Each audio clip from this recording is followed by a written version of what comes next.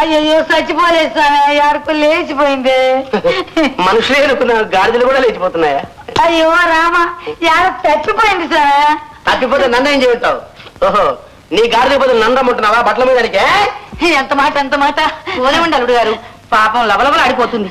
జ్యోతిష్యం చెప్పండి, వెళ్ళి ఎక్కడుందో తెచ్చుకుంటుంది. అత్తగారు, ఈవేళ ఇది గాడిద బయలు వచ్చింది, రేపు ఇంకొక కుక్క మరొక కోతి, వీటికి జోస్యం చెప్పేవాళ్ళ కనిపిస్తున్నానా నేను? అయ్యో అత్త అనకండి బాబయ్య. బాబయ్య మీ మీద ఎంత ఆశ పెట్టుకొచ్చాను బాబయ్య.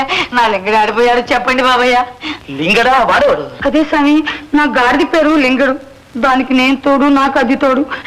మధు లేకపోతే నేను బతకలేను స్వామి.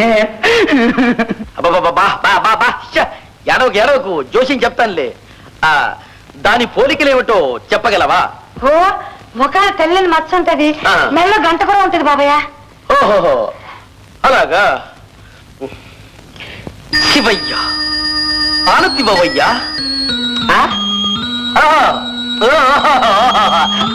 అర్థమైందయ్యా, అర్థమైంది.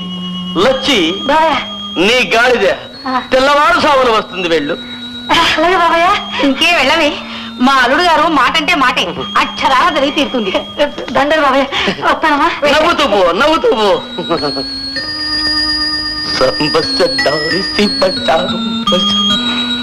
గాడిద ఎంత పని చేశావే, అదేమో నవ్వుతూ పోతుంది, నేను ఏడుస్తూ వెతకాలి.